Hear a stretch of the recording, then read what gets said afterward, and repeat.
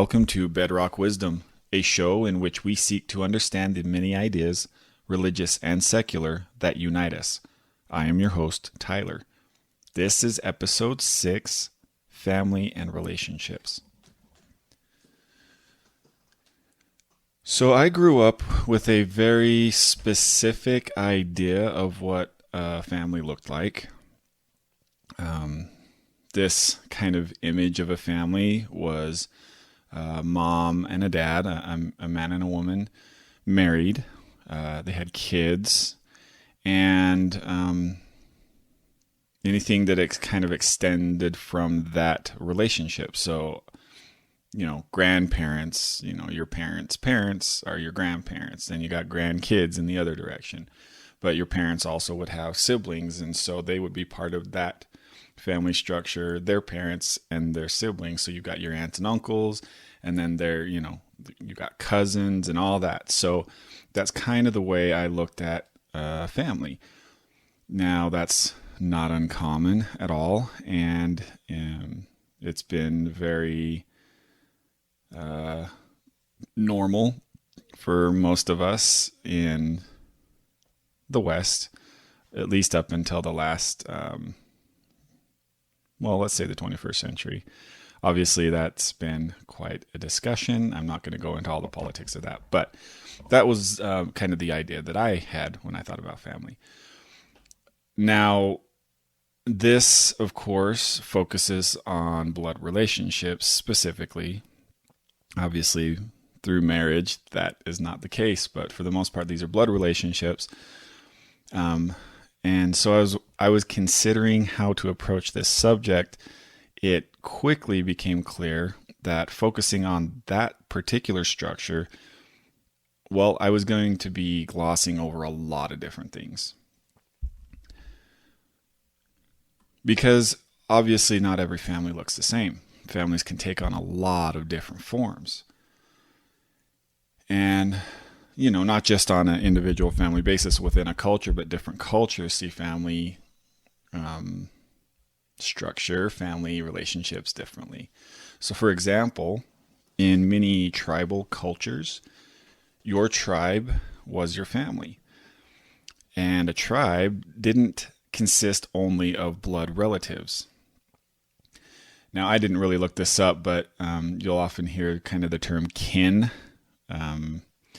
Maybe that's more of a kind of an older word that you don't hear as often. I always assumed kin meant blood family, and maybe it does, but I don't even know why I mentioned that, except to say if you ever heard the term kin, that this is kind of a reference to family. But non-blood related people also would be part of your tribe. There was friendships and alliances and different things that would make up your tribe, and this in a sense was your family. I think of the term, it takes a village to raise a child. Kind of in our modern culture, we look at raising a child as the immediate responsibility of the two people that are their caretakers, aka their parents, or some kind of guardian. And unfortunately, we kind of lost touch with this idea that it does take a community or a village to raise a child in modern Western society, at least. I imagine that this idea has been much more prominent in other societies. Think about smaller communities, in different places of the world right now. In our history, in the United States, North America, Anglo North America, I'll specify that. Even then, there were smaller communities. A lot of these frontier people that moved out to the front, what we called the frontiers, would be in these smaller communities, and there's a lot of interconnection between what people do and how it affects their community directly. And so I think we've kind of lost a lot of that, unfortunately. Anyways, that's a bit of a side note. When I was looking into this, I did want to talk some about Native American culture. I wish I had a lot more to talk about. This is going to take a lot more learning on my part. Unfortunately, I'm ashamed to say I'm not as familiar with a lot of these traditions as I would like to be. But I did find that many Native American cultures, it's not uncommon, or at least it wasn't uncommon traditionally, for a child to have two sets of parents within the tribe. Obviously, there's the birth parents, but it wouldn't be uncommon for them to have like basically another set of parents. And that kind of struck me as, I mean, it's neat. It's a way of it connects the community a lot more tightly, and it did make me think of this whole concept of godparents. Now, this is not something I really grew up with. I don't really know people that have godparents, but I've definitely heard of it, and I think it's a pretty neat idea. The idea of a godparent being almost like a second set of parents for a child. Often in these, you'll hear if a child loses their parents or something, for some reason the godparents will take them in and raise them, and they try to ideally be present in their life, independent of that. And it looks like many Native Americans had a similar idea. They thought that was a good idea. I thought that was pretty neat. Anyways, all that being said, when I'm talking about family, I'm not restricting it to blood relatives, because family means more than blood. And unfortunately, some blood relatives, they don't live up to the standard that they should as family members. So as I'm talking about this, I see family as people who are in relationship, who are willing to stick around during the hard times as well as the good. Family is people that will support us in the long run. And because of that, they may be willing to tell us uncomfortable things that we need to hear, because they are truly committed to our long-term best interest. And hopefully we are in a relationship. We have relationships with people where that is reciprocal, goes both ways. Anyway, so think about that, because I know the idea of family kind of on its base level can kind of be triggering for people who have been in, much more difficult situations. So just consider that. So according to an article posted by Northwest Medicine on their website, titled 5 Benefits of Healthy Relationships, the relationships that we form with other people are vital to our mental and emotional well-being, and even to our survival. I touched on this a little bit in the first episode I did about myth. We as humans owe our very existence to our existence and survival to our ability to work in groups. We talked about how we don't have any individual traits that make us particularly adept at surviving on our own. So our survival depended on being able to work in groups, and without forming relationships with others, groups don't work. If our ancestors had not been able to do that, they wouldn't have lasted very long. We wouldn't be here today. So the need for developing trusting relationships it's encoded into our very existence. And just as a side note, I think as we think about this, I think that's missing in our modern society. Not completely, but I think people are separating from that, just by the nature of the way, society is being run. And it's been pretty, it's not good. I just think of, mental illness and different things that are on the rise. I think this is a big part of it. So just something to think about as we discuss this. So back to the article. it says, quoting Sheehan D. Fisher, PhD, says, quote, social support is a very important part of being a human, and therefore, when social relationships break down or are damaged, it can have a big impact on our mental health and well-being. So there are 5 benefits, obviously, as the title indicated, of healthy relationships, and listed in this article. I'm sure you could definitely come up with more. But the ones listed in this article are: 1, less stress. Now, being in a committed relationship is actually linked to less production of cortisol. We talked about that a little bit in another episode, which is a stress hormone. I found that very interesting. And not terribly surprising. When you're not in a committed relationship, I imagine being, in the dating field. I got married fairly young. I was 22. So, and I dated before text messaging was like a very prominent form of communication. So I might be a little outdated on this, but just observing from the outside, dating has always been hard. It seems like it's particularly challenging now. But not being in a committed relationship and trying to hold relationships with a lot of different people, there's no guarantees.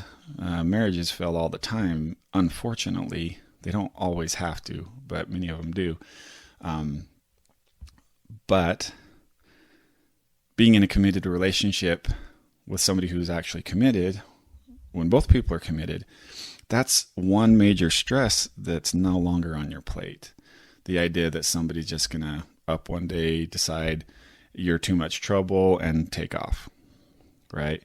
I'll tell you, being married for as long as I have, 16 years, marriage isn't easy. It takes a lot of work. It does add other challenges, but knowing that we are committed to work things through even when they get hard is a huge, huge deal. So anyways, this is my little plug for marriage, for, seeking a healthy marriage. Anyway, so less stress, like I said, is tied to that. Obviously that's not going to count in every situation, but as a rule, that's the case.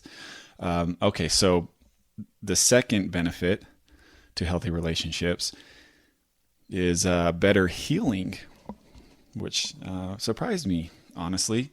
But research suggests that long-term partners who have undergone heart surgery, they're 3 times more likely to survive the first 3 months after surgery than single patients. Once again, I think this may come down to that commitment factor. Family is the idea of family, and the way I've always understood it, is you're just there for each other. You may drive each other crazy. You may not like or agree with everything that each other does or thinks, but you're there nonetheless. And if you're recovering from something, as hard on the body as heart surgery, just having that support structure there, it makes sense to me that would improve your ability to get through it. The third benefit is healthier behaviors. It's a lot easier to take on healthy behaviors when you are surrounded with people who are doing the same. Often there's a culture of healthy behaviors. I know the culture I grew up in, and much of this was religious, but we were discouraged from, getting into drugs and alcohol, and, a lot of different bad habits, sleeping around, all that kind of stuff. We were very discouraged from that. And that was very much a cultural thing. So, yeah, if you're surrounded by people that encourage you to take healthier live healthier behaviors, you're more likely to do so. Another benefit is a greater sense of purpose. So many people strive to feel like they're doing something good for someone else and improving the world in some way. This is huge. This is huge. And this is something that I personally, I kind of took for granted growing up. I went through a bit of a faith transition in my mid to late 20s. But up to that point, I had been kind of inundated in the religious culture that I was born into. And I was always told, this is what you're here for. This is your purpose. This is your goal. And, a lot of people find solace in that. And I was comfortable in that too, until, different things changed down the road. But still, going through that faith transition, kind of losing that sense of just accepting that narrative I was given, I did get to a point where I felt like I was just detached and kind of floating and trying to figure out where I stood. And I did have that transition time where there was no sense of purpose. And that is a terrible place to be. That's hard. I'm not saying it wasn't worth it, because it forced me to put in a lot more effort into understanding what I personally believed. But either way, the point is, we need a sense of purpose. We need to feel like there's something bigger than us. First of all, if our sense of purpose is just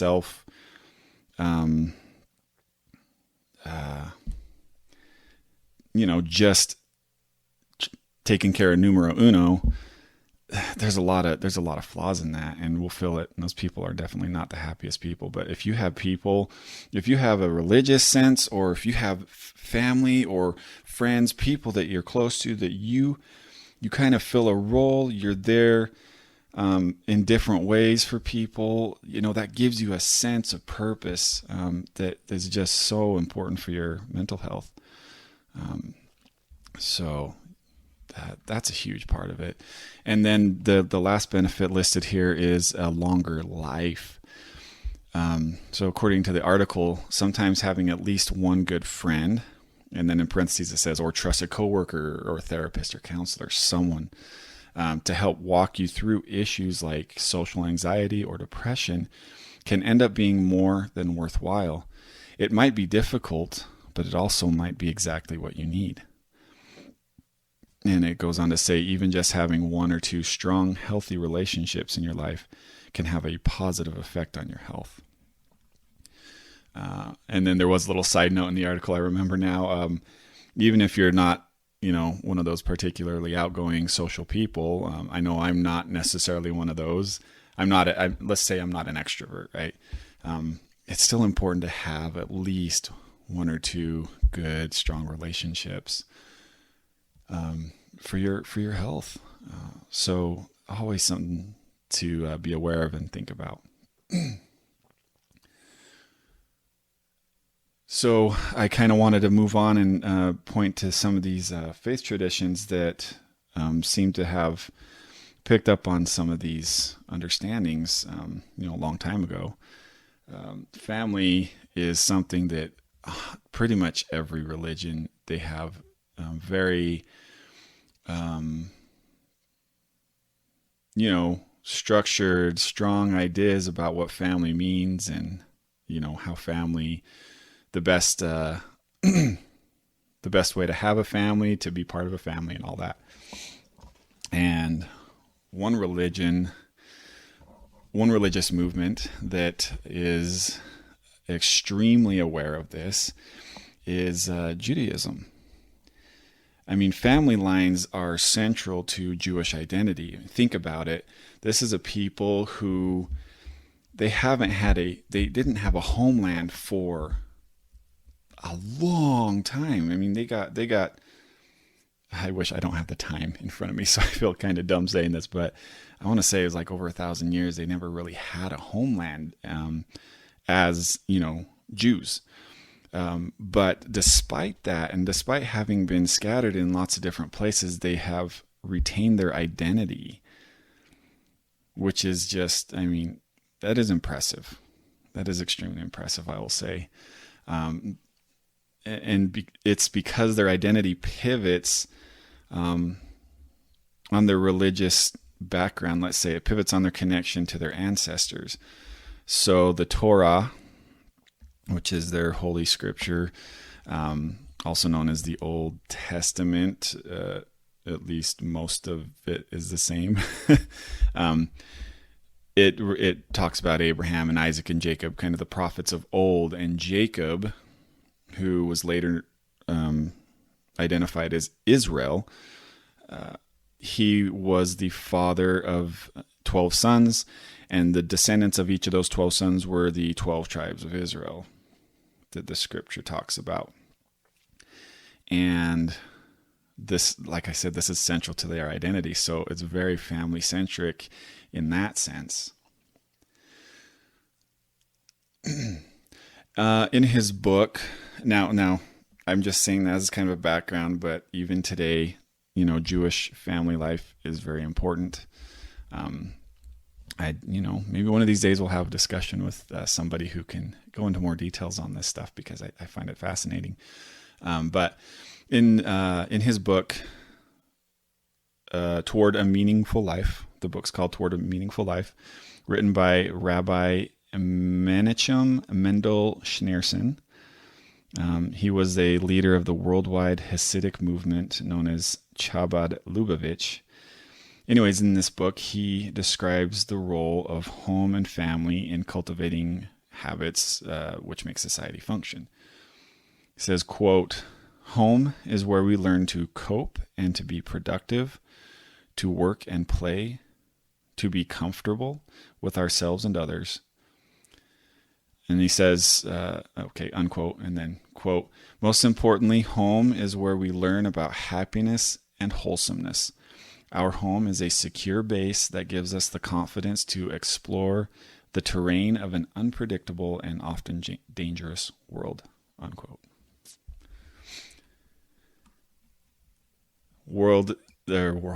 Family is kind of like a landing pad, right? It's home base.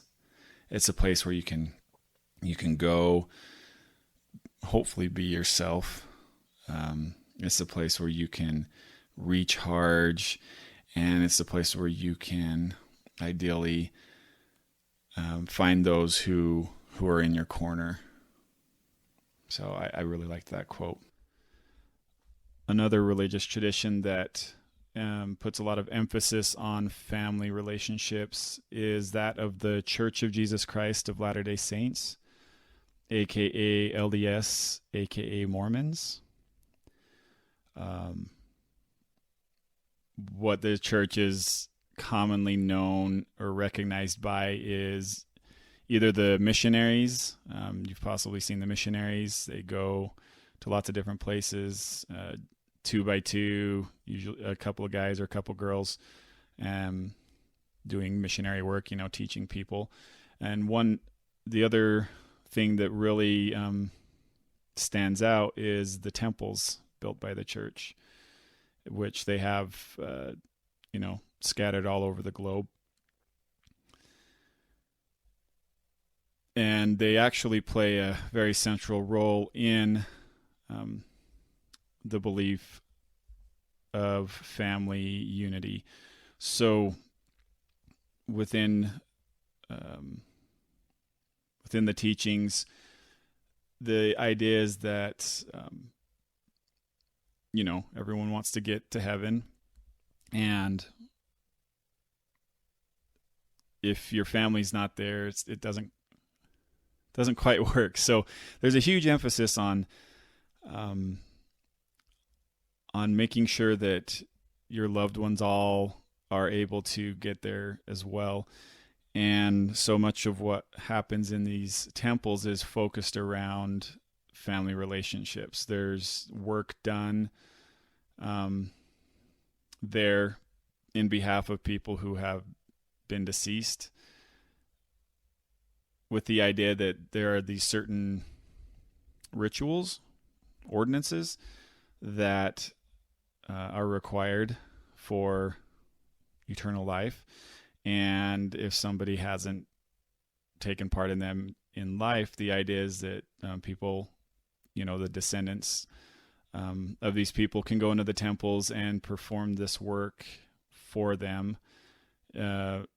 Not necessarily with an eye. It's not the idea of forcing them to,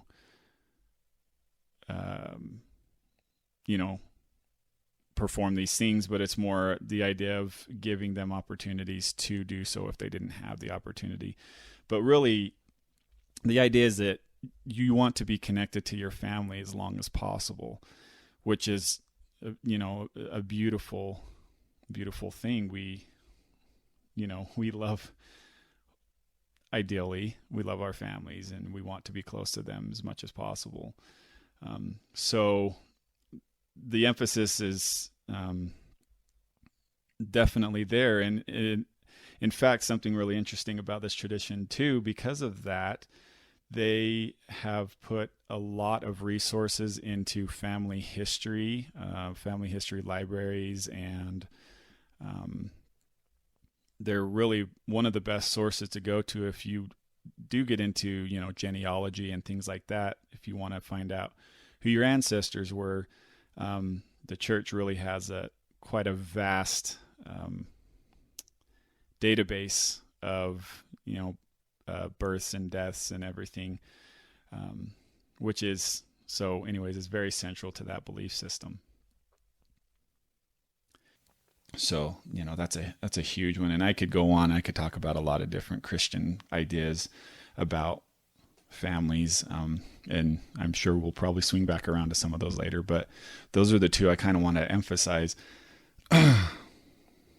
Not two. That was the one I kind of wanted to emphasize just because I'm mostly familiar with it. And something that kind of ties into this is family veneration. Veneration kind of being the idea of worshiping ancestors, maybe. And I'm not saying Mormons worship ancestors. They don't. But there's a heavy focus on ancestors. And coming back around to the Native American that I was talking about earlier, Native Americans, it is not an uncommon thing in many Native American tribes to see a strong sense of reverence for ancestors. And it's not just Native Americans that do this, but it says here is in many other cultures, ancestor veneration is a way of showing honor and respect not only to the members of one's own family, but to the tribe and community as a whole. So it's this sense of, this is just this deep respect for the people that have come before you, right? The people that have kind of laid the path out for you. And I find that very comforting, that idea. And there's kind of different ways that this manifests in different belief systems. Sometimes there's prayers done to the ancestors, or like these sacrificial offerings and different things. And when I say sacrificial, it doesn't necessarily mean like blood sacrifice. There's a lot of different types of sacrifice, but it's the idea is that it's all focused on recognizing the people that have come before, that have blazed the trail before us to get us to where we are now. And I think that's great. Another very well-known belief system, Confucianism, puts a heavy emphasis on this as well. And I say belief system because, just kind of go over a little background on Confucianism. Confucius was a teacher and a philosopher who lived around 500 BC in ancient China. His teachings have been very influential in Chinese and surrounding cultures ever since. Now, the thing is, Confucianism, there are people that can't even agree on whether it's a philosophy or a religion. It kind of rides a line there. So now my understanding of it, from what I've exposed myself to on here on this subject, is it acts more of like a guide for ethics and good behavior and moral character in the pursuit of living a peaceful life. But it also integrates ritual, and much of this ritual is focused around worshiping ancestors. But just a little bit to add to that background, in ancient China, in many parts of ancient China at least, Confucianism was kind of used as a social kind of guidelines for social behavior, while Taoism was kind of the spiritual side of that, their belief system. They worked hand in hand in a lot of ways. So anyways, very interesting. But back to the point that many of the rituals are largely focused around worshiping ancestors. According to an encyclopedic entry on Confucianism that's on the National Geographic's website, it says, quote, "The idea of filial piety, or devotion to family, is key to Confucius thought. This devotion can take the form of ancestor worship, submission to parental authority, or the use of family metaphors such as Son of Heaven to describe the emperor and his government. The family was the most important group for Confucian ethics, and devotion to family could only strengthen the society surrounding it."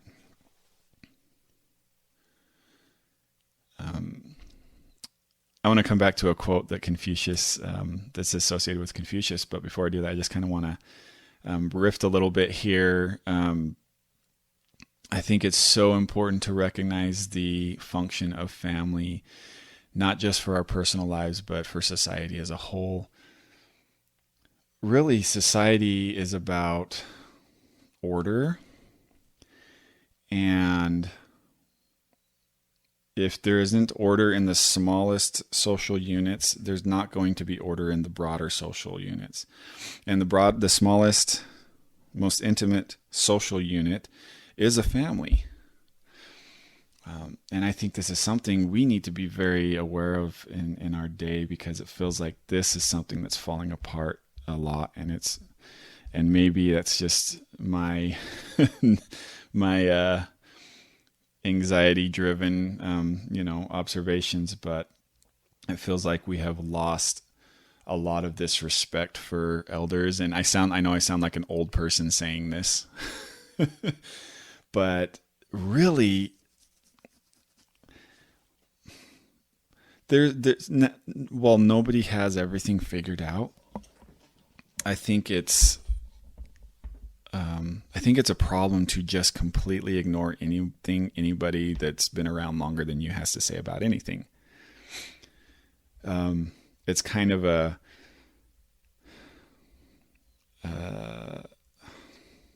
logical fallacy, I want to say, to assume that just because someone's old doesn't mean they know what they're talking about.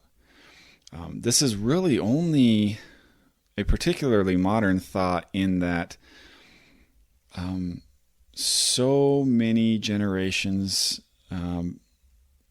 before the last, let's say, since the 19th century or the 20th century, life didn't change that much from generation to generation as far as how you made a living and how you got from day to day and interacted with your community. There wasn't.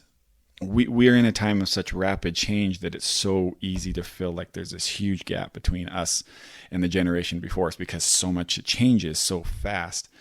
But that hasn't always been the case. And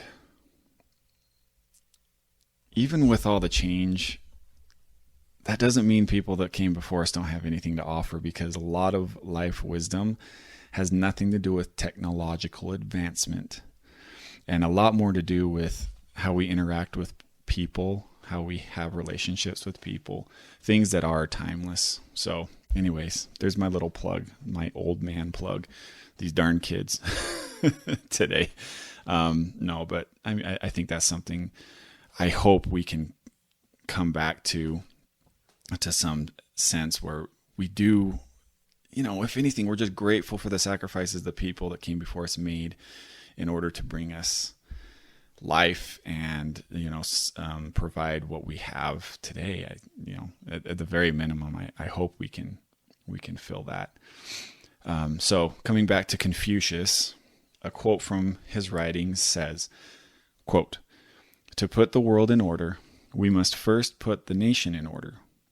To put the nation in order, we must first put the family in order. To put the family in order, we must first cultivate our personal life. We must first set our hearts right." Unquote. So I just want to encourage you. I'd like to encourage you to consider your family. Consider who your family is. Think about your own life and all the different things that have brought you to where you are today.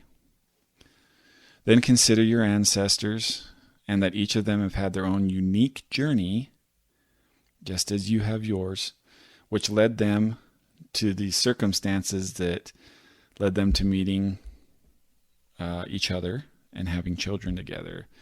And you can go back and back, generation after generation, and just think about that. Think of all the different things that have happened that have led to you being here today. Think of the sacrifices that others have had to make, just as you have had to make sacrifices. And this kind of ties in, just, little side note, this kind of ties into what we talked about on the episode of interdependence. Just one more thing I'd like to encourage you to do is to think about those in your life who you consider family, blood or not. Who are the people that support you and are willing to stick around through the thick and thin? And think about those for whom you are that person. If you're not, consider what you might do to be that person for others. We need each other. We need each other. Some of us might have tight-knit blood family relationships. Some of us might not. And we might have to form those relationships in other ways. But no matter what, we need each other. And I hope that that's something that we can all keep in mind, that we can have compassion for each other and love for one another, and be the support that we all need to be the best versions of ourselves we can be. Thank you for listening. I'll catch up with you next time. Bye.